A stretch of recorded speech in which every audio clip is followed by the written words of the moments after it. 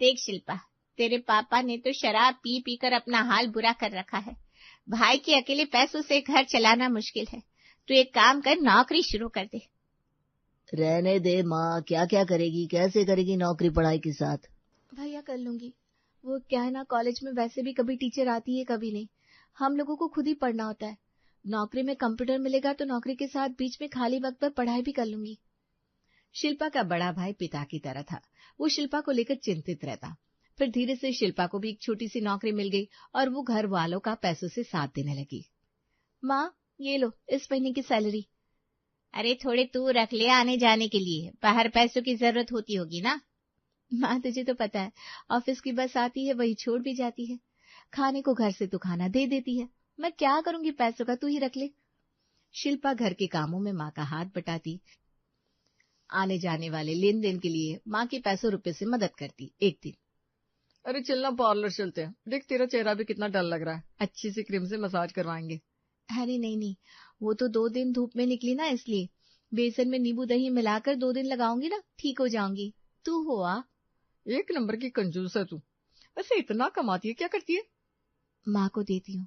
तुझे तो पता है पापा की तबीयत ठीक नहीं रहती, उनकी दवाई और घर खर्च, मेरी पढ़ाई, सब भैया की कमाई से नहीं हो पाएगा ना। सहेली शिल्पा से हाथ मिलाती है, जैसे कह रही हो मैं हूं ना, और वहां से चली जाती है। माँ शिल्पा की बात सुन रही थी। बेटा, तेरी मेहनत है कि हम लोग आज समाज में सर उठाकर जी रहे हैं, वरना ये पार्लर का चस्का ना बड़ा बुरा है। शिल्पा कुछ नहीं कहती, वहां से चली जाती है। फिर एक रोज, क्या बात है, आजकल तो रोज पकवान बनने की महक आती है आप लोगों के घर से। अब बच्चे सारा दिन मेहनत करते हैं तो खाना अच्छा खाएंगे ना, कम से कम घर का अच्छा खाना तो मिले। अरे मेरे बच्चों को तो बाजार का ही चाहिए, वो कहाँ रुकते हैं। मुझे तो तसल्ली है कि मेरी शिल्पा को ये चाट पकौड़ों का बिल्कुल शौक नहीं, बस घर का शुद्ध देसी खाना खाकर खुश है वो। बहन, उसकी शादी का भी सोचो, क्या सारा वक्त उसे घर पर बिठा कर रखोगी? नहीं, बस पढ़ाई पूरी कर ले फिर देखते हैं। अरे सब होता रहेगा, मैं कल एक लड़के वालों को भेज रही हूँ, लड़का इंजीनियर है, शिल्पा के लिए परफेक्ट होगा। अरे वाह, अगर ऐसा है तो जरूर। देख शिल्पा, कल शर्मा जी के लड़के वाले आ रहे हैं तुझे देखने, लड़का इंजीनियर है, अच्छी नौकरी है। ठीक है माँ, जैसा तू कहे। अगले दिन लड़के वाले आते हैं। शिल्पा को देखकर सब खुश नजर आते हैं। बहुत सुशील लड़की है, हमें पसंद है। हाँ भाई, लड़की तो अच्छी है। अब बात करते हैं बाकी चीजों की। गाड़ी तो देनी ही पड़ेगी, कम से कम 10 लाख का सोना और फ्लैट के लिए 15 लाख नकद। जी इतना तो हमारे बस की बात नहीं है। अरे तो फिर क्या फायदा, आजकल तो यही रिवाज है। हमारा लड़का इंजीनियर है, उसकी कीमत तो होगी ना। देखिए हम मिडिल क्लास फैमिली है, इतना तो नहीं दे सकते। तो फिर शादी कैसे होगी? हम तो अपनी इज्जत भी देखते हैं समाज में। इज्जत तो इंसानियत में होती है, सामान के भाव तोल में नहीं। मेरी बहन है, वो पैसे के बदले में नहीं देना किसी को, समझे? आप कोई और दुकान देखिए, वहां जाकर भीख मांगिए। लड़के वाले नाराज होकर उठ खड़े होते हैं। बहुत बड़े आ गए तुम लोग, लड़का चाहिए इंजीनियर और जेब में पैसे नहीं। चलो यहाँ से बात करने का कोई फायदा नहीं, भुक्खड़ लोग गई है। बस लड़की ही ठीक है तो क्या फ्री में ब्याह देंगे अपना बेटा, बिठा के रखे अपनी बेटी बोझ बनाकर। वो लोग चले जाते हैं। माँ की आंखों में आंसू आ जाते हैं। ये कैसा जमाना आ गया है, बेटी को बोझ समझा जाता है। मेरी शिल्पा ने न जाने कितने दुख सहे हैं, लेकिन फिर भी हमेशा खुश रहती है। संस्कार की कोई कीमत ही नहीं है क्या? रहने दे माँ, जो मांगेगा वो पति नहीं, पैसों का लालची होगा। और क्या पता वो कल को फिर पैसे ना मांगे। मुझे ऐसी जगह शादी नहीं करनी। बिल्कुल सही कहा, हम दहेज के लालची लोगों के सामने नहीं झुकेंगे। कुछ दिनों बाद पिता की तबीयत और बिगड़ गई। देखिए ये सर्जरी बहुत जरूरी है, इसमें करीब 1 लाख रुपए का खर्च आएगा, जल्दी से जल्दी करवा लीजिए। माँ और भाई परेशान हो गए, घर में इतने पैसे कहाँ से आएंगे? माँ मैं मामा जी से बात करता हूँ, शायद वो मदद करते। अगले दिन भाई मामा के घर गया। मामा वो पापा का ऑपरेशन करवाना है, 1 लाख रुपए चाहिए, आप थोड़ी मदद कर दो ना, धीरे धीरे सब लौटा देंगे। अरे बेटा तुम्हें तो पता है मेरे बच्चों की पढ़ाई चल रही है, बेटी की शादी भी करनी है, मेरे पास तो खुद ही पैसा नहीं है। अफसोस है लेकिन कोई मदद नहीं कर सकता। अब बाकी कोई जरूरत हो तो बता देना, और हाँ बेटा खाना खा कर जाना। निराश होकर भाई घर लौटा, उसे उदास देखकर। क्या हुआ, भैया ने पैसे दिए? ला मुझे दे, मैं लाकर रख देती हूँ। माँ, भाई का चेहरा तो देखो, पहले उसे पानी दो फिर बात करना। भाई सारी बात घर वालों को बताता है। मेरा भाई ऐसा करेगा मैंने सोचा भी नहीं था। खैर तू कल बुआ के घर जा, वो तो अपने भाई के लिए जरूर कुछ ना कुछ करेंगी। अगले रोज भाई बुआ के घर जाता है। बुआ, पापा बहुत बीमार है, ऑपरेशन के लिए पैसे चाहिए, लेकिन बुआ आप चिंता मत करना, मैं कैसे भी करके आपके पैसे चुका दूंगा। अरे हमारी अपनी मुसीबतें हैं, घर का किराया, बच्चों का खर्च, हम कहाँ से देंगे? माफ करना, वैसे भैया की हालत खराब करने वाली ना भाभी ही है। बोलो अपने मायके से पैसे लेकर आएंगी। खा गई मेरे भाई को। बुआ पैसे नहीं देने तो मत दो, लेकिन मेरी माँ को कुछ मत बोलो। भाई हारा हुआ घर आया। शिल्पा ने सब सुना तो चुपचाप अपने कमरे में चली गई। अगले दिन सुबह शिल्पा ने अपने मैनेजर से बात की। सर, क्या मुझे ओवरटाइम मिल सकता है? शाम को भी रुक सकती हूँ। हाँ शिल्पा, काम तो बहुत है, लेकिन तुम्हारी पढ़ाई। सर मैं मैनेज कर लूंगी, प्लीज। उसी शाम से शिल्पा रात 8 बजे तक ऑफिस में रुकने लगी। इसके साथ ही उसने पड़ोस के 3 बच्चों का ट्यूशन भी पढ़ाना शुरू कर दिया। सुबह 6 बजे उठकर ट्यूशन, फिर ऑफिस, फिर शाम को ओवर टाइम। बेटा तू अपनी जान खा रही है, इतना काम मत कर। अरे माँ कुछ नहीं होगा, पापा का ऑपरेशन होना बहुत जरूरी है, बस पैसों का इंतजाम हो ही जाएगा। 2 महीने तक शिल्पा ने दिन रात मेहनत की। उसने अपने लिए 1 रुपया नहीं रखा, ना नए कपड़े, ना कोई सौंदर्य का सामान, कुछ भी नहीं, बस पैसे बचाती रही। शिल्पा तो बिल्कुल कमजोर हो गई है, कुछ खा पी तो। अरे बस थोड़े दिन की बात है, सब ठीक हो जाएगा।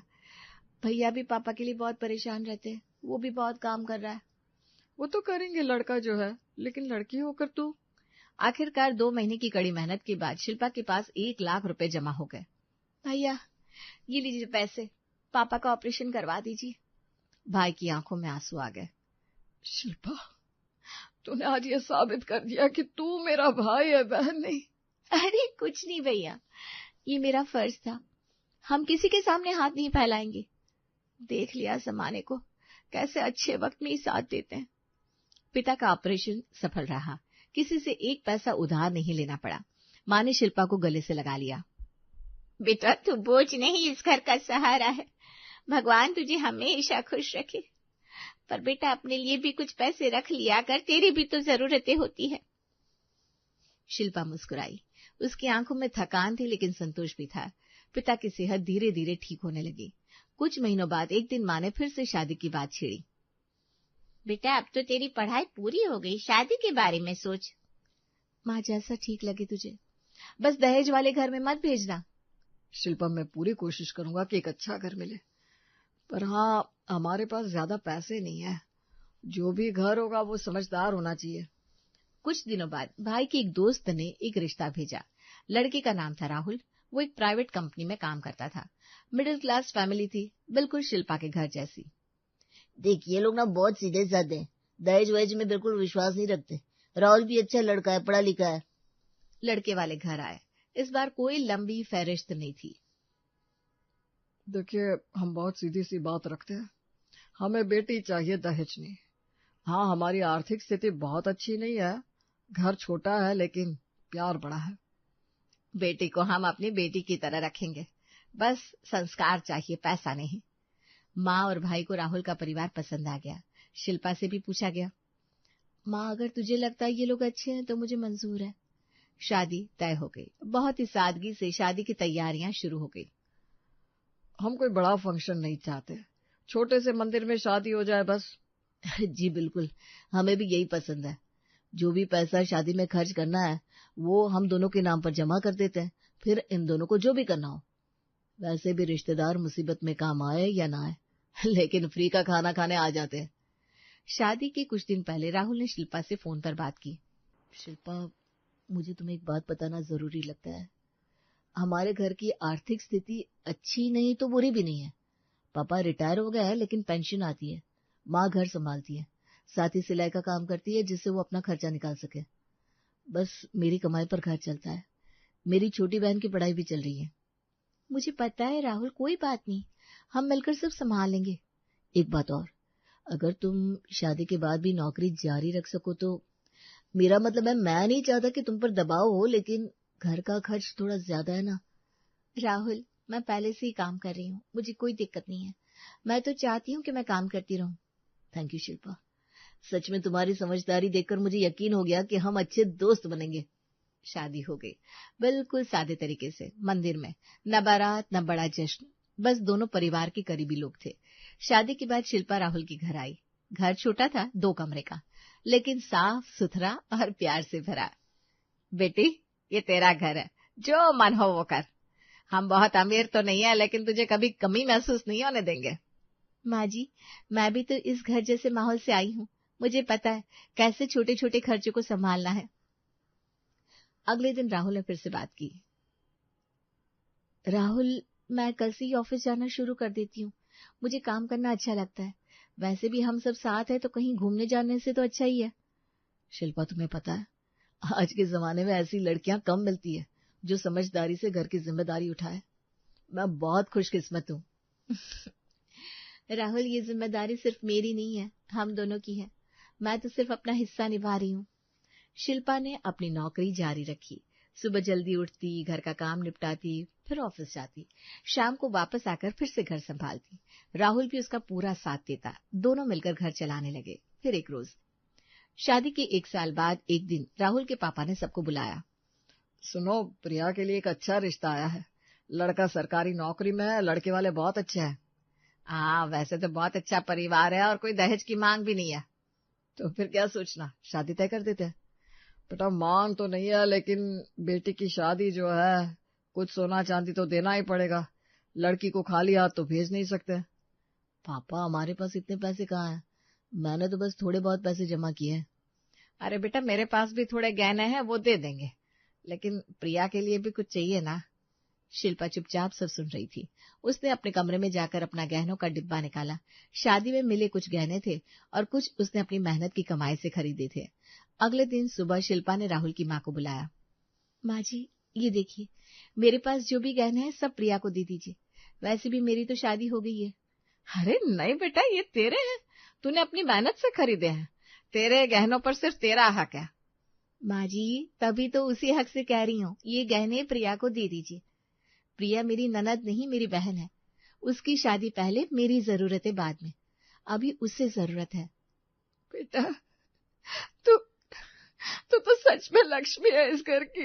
भगवान तुझे हमेशा खुश रखे। उसी शाम राहुल ने शिल्पा से बात की। शिल्पा, माँ ने बताया तुमने अपने सारे गहने प्रिया को दे दिए। अरे तो इसमें कौन सी बड़ी बात है, तुम कमा कर फिर दिला देना। क्यों, दिलाओगे ना? लेकिन शिल्पा, वो तुम्हारी मेहनत की कमाई थी, तुमने अपने लिए बनाया था। प्रिया के लिए वो गहने। अरे बाबा राहुल, प्रिया मेरी भी बहन है। इज्जत से इस घर से उसकी डोली उठेगी तो सबका मान बढ़ेगा। उसकी शादी है, अभी उसे जरूरत है, मैं फिर से जमा कर लूंगी। वैसे भी तुम हो ना, दिला देना। लिए बिना मानूंगी नहीं। हाँ, भले 2, 4, 10, 20, 50 साल बाद इंतजार करूंगी। हाँ, दिलाऊंगा तो सही, लेकिन तुम्हें नहीं, हमारी बेटी को। शिल्पा ये सुनकर शर्मा जाती है। कुछ दिनों बाद शादी की तैयारियां शुरू हो गई। एक शाम राहुल के पापा टेंशन में बैठे थे। पापा, क्या हुआ? अब परेशान क्यों है? सब ठीक तो है ना? अरे बेटा, गहने तो हो गए, लेकिन शादी का खर्चा, प्रिया के कपड़े और थोड़े पैसे भी तो साथ में देने होंगे। मेरी पेंशन से नहीं हो पाएगा ये सब। पापा, मैंने कहा तो था कि कुछ पैसे जमा किए हैं, वो निकाल लेते हैं। उस रात शिल्पा ने राहुल से बात की। राहुल, मैंने भी कुछ पैसे जमा किए हैं, वो भी प्रिया की शादी में लगा दो। अरे बस करो शिल्पा, कितना एहसान करोगी। बिल्कुल नहीं, तुम्हारे पैसे तुम रखो। तुमने अपने गहने दे दिए, अब पैसे भी। तुम्हारी भी तो कोई जरूरत होगी, तुम्हें भी तो कुछ चाहिए होगा। राहुल, मुझे क्या चाहिए, मेरे पास सब कुछ है। एक अच्छा पति, अच्छा घर, अच्छी नौकरी। प्रिया की शादी एक बार ही होगी, ये पैसे मैं फिर जमा कर लूंगी। लेकिन शिल्पा। राहुल, पहले जो जिम्मेदारी सामने है उसे निभाना जरूरी है। प्रिया की शादी हमारी जिम्मेदारी है, बाकी सब बाद में देख लेंगे। मैं फिर से पैसे जमा करूंगी, वो भी हमारे भविष्य के लिए, हमारे सपनों के लिए। प्रिया की शादी बहुत अच्छे से हो गई। शिल्पा के दिए गए गहनों में प्रिया बहुत सुंदर लग रही थी। भाभी, आपने इतना कुछ किया मेरे लिए, मैं कभी नहीं भूलूंगी। शादी के बाद प्रिया विदा हो रही थी। राहुल की माँ की आंखों में आंसू थे और शिल्पा ने फिर एक बार साबित कर दिया था कि बेटियां बोझ नहीं बल्कि परिवार का सहारा होती हैं। चाहे मायका हो या ससुराल, वो हर जगह अपनी जिम्मेदारी और प्यार से परिवार को संभालती है। प्रिया की शादी के 3 महीने बाद एक दिन राहुल उदास चेहरे से घर आया। राहुल, क्या हुआ? इतने परेशान क्यों लग रहे हो? शिल्पा, कंपनी में बड़े लेवल पर छंटनी हो रही है। मेरी नौकरी चली गई, समझ में नहीं आ रहा अब हम क्या करेंगे। शिल्पा के पैरों तले जमीन खिसक गई, लेकिन उससे हिम्मत नहीं हारी। कोई बात नहीं राहुल, तुम्हें जल्दी ही अच्छी नौकरी मिल जाएगी, तब तक मेरी सैलरी से घर चल जाएगा। लेकिन हकीकत इतनी आसान नहीं थी। राहुल की सैलरी से जो घर चलता था, अब शिल्पा की अकेली सैलरी से सब कुछ संभालना मुश्किल हो रहा था। घर का किराया, बिजली पानी का बिल, राहुल के पापा की दवाइयां और रोजमर्रा का खर्चा, सब कुछ शिल्पा पर आ गया था। 2 महीने बीत गए, राहुल को नौकरी नहीं मिल रही थी। एक दिन राहुल के पापा बीमार पड़ गए। इन्हें तुरंत अस्पताल में भर्ती करना होगा, कम से कम 50,000 रुपए लगेंगे। अब शिल्पा के पास तो इतने पैसे नहीं थे। मजबूरी में उन्हें महाजन से कर्जा लेना पड़ा। देखो बहन, मैं तुम्हें 50,000 दे रहा हूँ, हर महीने 3% ब्याज लगेगा, समय पर चुकाना पड़ेगा।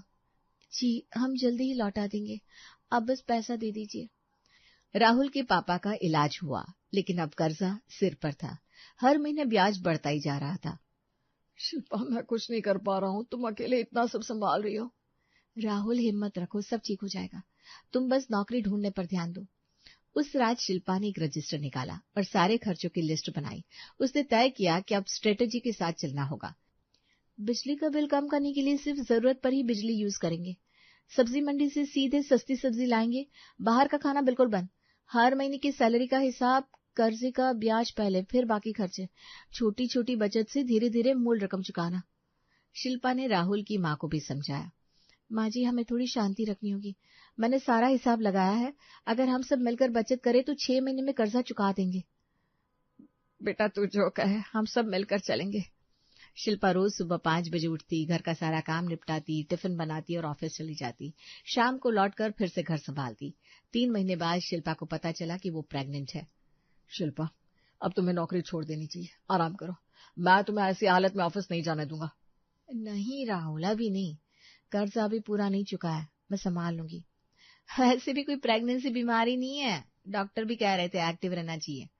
लेकिन शिल्पा, तुम्हारी सेहत। अरे मैं ध्यान रखूंगी ना राहुल, डॉक्टर ने कहा है कि मैं काम कर सकती हूँ, बस थोड़ी सावधानी रखनी है। प्रेगनेंसी के बावजूद शिल्पा काम पर जाती रही। उसने अपने खर्चों को और कम कर दिया, हर पैसे का हिसाब रखा। धीरे धीरे कर्जा कम होने लगा। 5 महीने की मेहनत के बाद शिल्पा ने कर्जे का आधा हिस्सा चुका दिया था, लेकिन प्रेगनेंसी में उसकी तबीयत खराब रहने लगी थी। एक रात राहुल रो पड़ा। शिल्पा, मैं कुछ नहीं कर पा रहा हूँ, तुम सब कुछ अकेले संभाल रही हो और मैं। अरे राहुल, हिम्मत मत हारो, तुम्हारा वक्त भी आएगा, बस धैर्य रखो। 6 महीने बाद जब शिल्पा 7 महीने की प्रेग्नेंट थी, राहुल को एक बहुत अच्छी मल्टीनेशनल कंपनी में नौकरी मिल गई। सैलरी पहले से 2 गुनी। शिल्पा, मुझे नौकरी मिल गई, वो भी बहुत अच्छी। तुम्हारी मेहनत रंग ला रही है शिल्पा, अब तुम नौकरी नहीं करोगी बस। शिल्पा की आंखों में खुशी के आंसू आ गए। देखा, मैंने कहा था ना, सब ठीक हो जाएगा। राहुल की नौकरी लगने के बाद उन्होंने बचा हुआ कर्जा 1 ही महीने में चुका दिया। शिल्पा ने डॉक्टर की सलाह पर नौकरी से ब्रेक ले लिया। 2 महीने बाद शिल्पा ने एक बहुत सुंदर बेटी को जन्म दिया। शिल्पा, तुमने जो किया वो मैं कभी नहीं भूलूंगा। तुमने अकेले पूरे परिवार को संभाला। राहुल, मैंने कुछ खास नहीं किया, बस जो करना चाहिए था वो किया। एक दिन राहुल की माँ ने कहा, बेटा शिल्पा, तूने हमें सिखाया कि पैसा कमाना ही काफी नहीं है, उसे सही तरीके से मैनेज करना भी जरूरी है। तूने बिना घबराए, बिना किसी से मांगे अपनी अकल और हिम्मत से घर संभाला। शिल्पा मुस्कुराई। उसने अपनी बेटी को गोद में उठाया और कहा, बेटियां पैसे नहीं मांगती, लेकिन ये जानती है कि पैसों को कैसे संभालना है। पैसे कमाना जरूरी है, लेकिन उससे भी ज्यादा जरूरी है उसे समझदारी से मैनेज करना। औरत को हीरे मोती नहीं, अपने परिवार की खुशी चाहिए, और उसके लिए वो कुछ भी कर सकती है।